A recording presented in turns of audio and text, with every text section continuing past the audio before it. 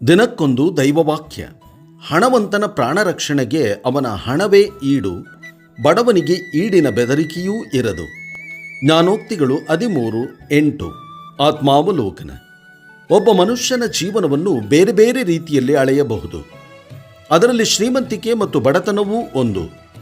ಬಿಕ್ಕಟ್ಟಿನಲ್ಲಿ ಹಣ ನೆರವಾಗುತ್ತದೆ ಎಂಬುದರಲ್ಲಿ ಸಂಶಯವಿಲ್ಲ. ಆದರೆ ಅದೇ ಸರ್ವಸ್ವವಲ್ಲ. ಇಡೀ ಪ್ರಪಂಚವನ್ನೇ ತನ್ನದಾಗಿಸಿಕೊಂಡು ಆತ್ಮವನ್ನೇ ಕಳೆದುಕೊಂಡರೆ ಅದರಿಂದ ಬರುವ ಲಾಭವಾದರೂ ಏನು?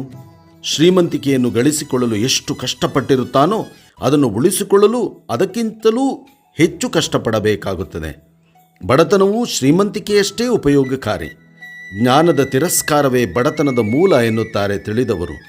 ಬಡತನ ನಮಗೆ ದೀನತೆಯನ್ನು ಕಲಿಸುತ್ತದೆ, ಇತಿಮಿತಿಗಳಲ್ಲೇ ಬದುಕಬೇಕು ಎನ್ನುವುದನ್ನು ಕಲಿಸುತ್ತದೆ, ಜೀವನದ ಕಠಿಣ ವಾಸ್ತವಗಳನ್ನು ಸುಲಭವಾಗಿ ಹಾಗೂ ದೃಢವಾಗಿ ಸ್ವೀಕರಿಸಲು ಕಲಿಸುತ್ತದೆ, ಸಣ್ಣ ವಿಷಯಗಳಲ್ಲಿ ಸಂತೋಷವನ್ನು ಕಂಡುಕೊಳ್ಳಲೂ ಕಲಿಸುತ್ತದೆ.